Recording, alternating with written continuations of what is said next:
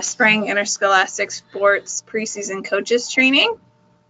This webinar is being recorded for those that cannot attend the live portion.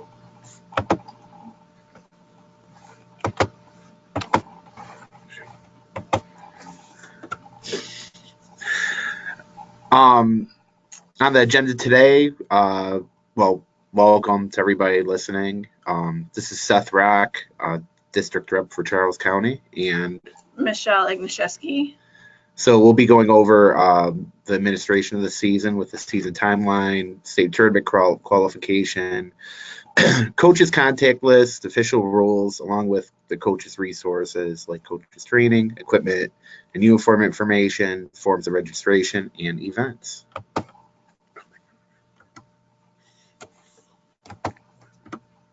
All right, so like Seth said, we are your unified sports coordinators as well as the district representatives. Our email address and cell phone numbers are here as for you as well. Like we said, we're going to give you a copy of all this information after the webinar, but the best way to contact us is either by email or by cell phone. Now we're going to get into the administration portion of the webinar. The next thing is talks about the season timeline. So obviously it's now past March 1st. You are more than welcome to start your practices at any time. The big date that you'll want to remember is that on Thursday, March 21st is when all of the Special Olympics paperwork is due. And this is the applications for participation, otherwise known as the Special Olympics addendums, and then the affirmation of eligibility. As well as any coaches paperwork, which we'll get to in just a moment. The other big date is that April 30th is our district championship with the rain date scheduled for May 2nd. And then lastly, the state invitational dates are May 14th and 15th with the inclement weather date for both on May 16th. And we'll get into more detail about those dates in a few more slides. Along with our season timeline is our season schedule, which you should be seeing on your screen right now.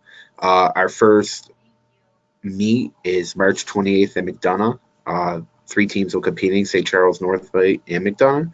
And then the next week, April 4th, Westlake will be hosting with Thomas Stone, LaPlata, and Lackey.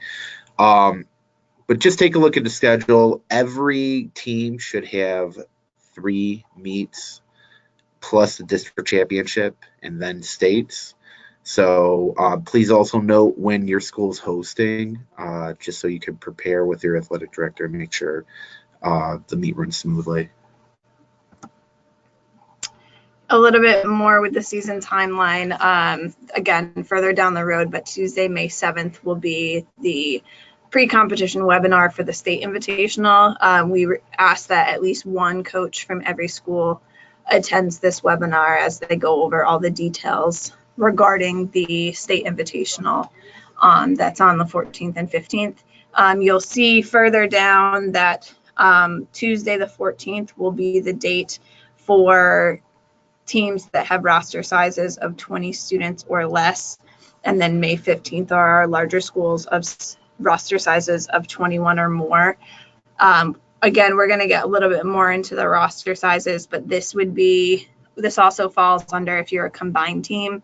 So it's the combined total number of students that dictates which day you will be going to states. The training requirements in state tournament qualification.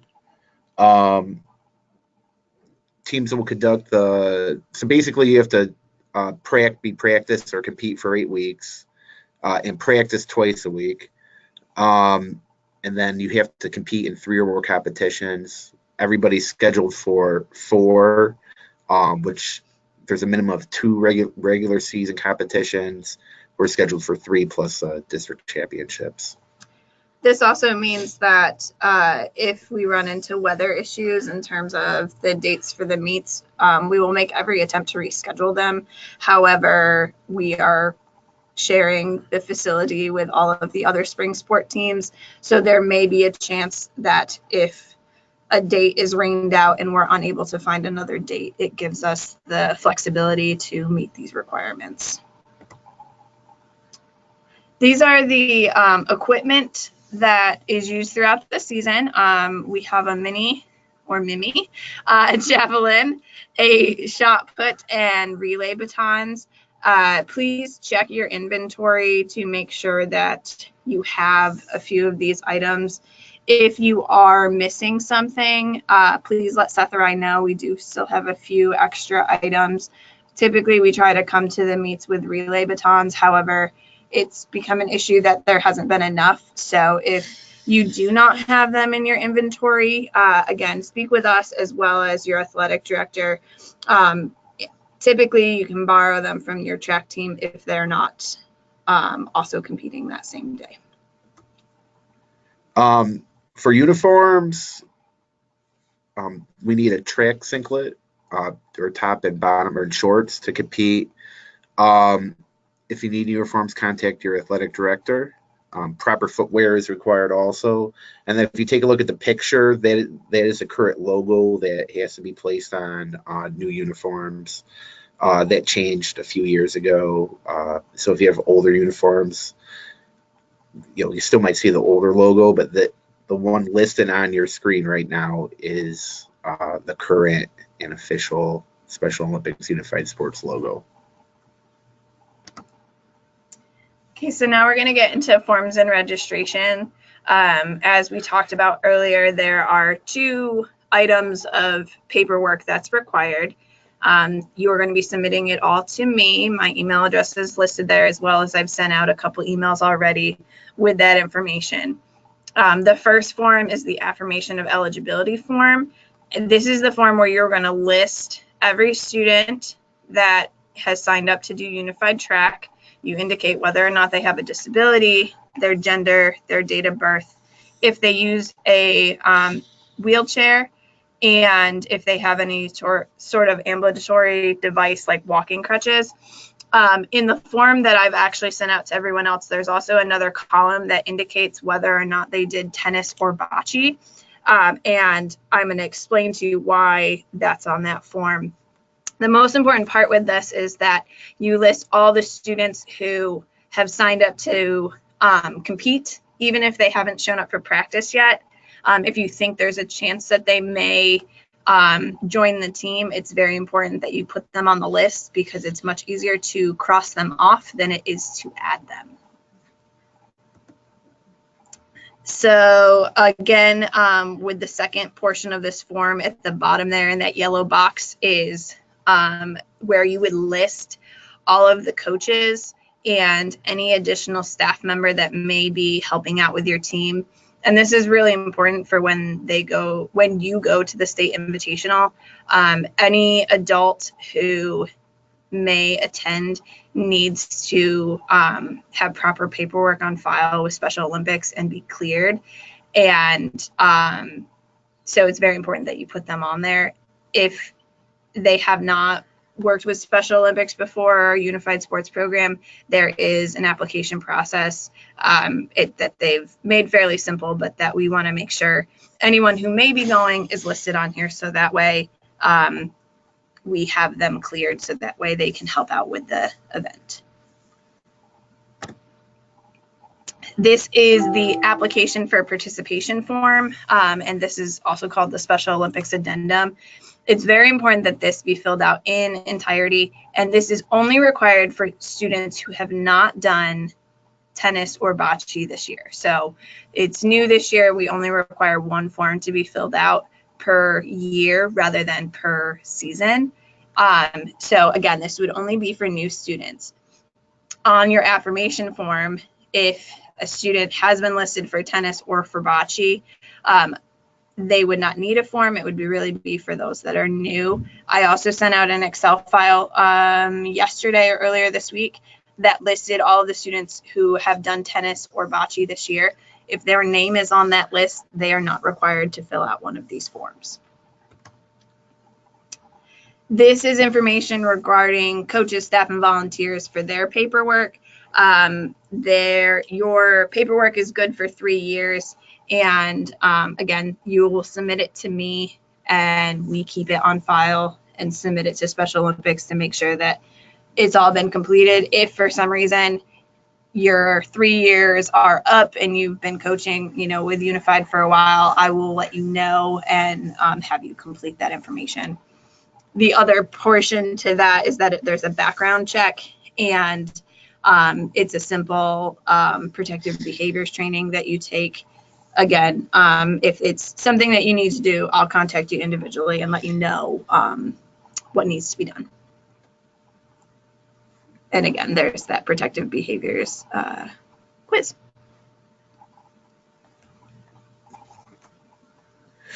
Okay, talking about your team specifically, there is the roster proportionality rule. No more than 70% of the roster may be composed of students with disabilities or students without. Basically, you can't have a roster that leads too heavy each way. It's unified sports, so you have to have a balance of students with and without disabilities. You also have a minimum roster requirement of 12. Okay, so if you are below that number, we can look at combining you with another school so you're eligible to go to states. Team rosters that are not compliant with the 70 rule will be permitted to compete based on a leniency waiver that's submitted to the Unified Track and Field Sports Management Team no less than 30 days prior to the state. So if you're out of compliance, we have to take a look at your roster and figure out why and then apply for a waiver. Here are our events. They are the same as last year. There's a 100-meter race, 200-meter, 400-meter, and 800-meter races. They added a 200-meter 2 or 3 years ago. And then there are your relay races, the 4x1 and 4x4. We have this along with your field events with our shot put and mini jab and long jump. Each participant can compete in one. Well, we'll get to that later. Just for meet management, and we'll send out this with additional resources. But here's just an outline of like the number of volunteers that you're going to need at each meet. The big thing is having the volunteers there to make sure everything runs smoothly. For track starter, you need one start line, somebody to line everybody up, somebody at the finish line to administer, timers 3 to 6 depending on the timing system, 1 to 2 recorders. For relay races, having somebody for the exchange zone, having at least 2 people in the long jump, shot put, and mini jab areas too. So take a look at that, and then if you think you have issues, contact us, and we'll work with you and your ADs to make sure that meet runs smoothly. And this is why I was getting into a little bit earlier. Each participant can compete in one track event, 100, 200, 400, or 800, one field event, long jump, turbo jab, or shot put, and then you can pick your relay team. So, some participants will do 2 events, and then some will do 2 plus a relay for a total of 3. The relay teams must consist of 2 runners with disabilities and 2 runners without disabilities. 2 and 2, you can place them in any order you want, but it does have to be 2 and 2. And you can enter 2 4x100 relay teams and 2 4x400 relay teams. So a maximum of 2, or at least 2 for scoring reasons. Okay, so a couple things that weren't on the slideshow that we want to talk about. In the bocce season, so we decided to do a senior night. You are more than welcome to do that if you choose to do so. The way the schedule has been set up this year, each school is hosting a track event, as well as I know that North Point does the district event. If you would like to do your own senior night, you're more than welcome to. And I encourage you to talk with your athletic director about setting that up. We, again, did that in bocce, and it seemed to be very well received. So I would encourage you to consider that for track as well. I think at this time, I think we've covered most of what we were looking to cover. I think we can open it up for questions if you just give us a minute so we figure out how to unmute everyone to allow you to do so.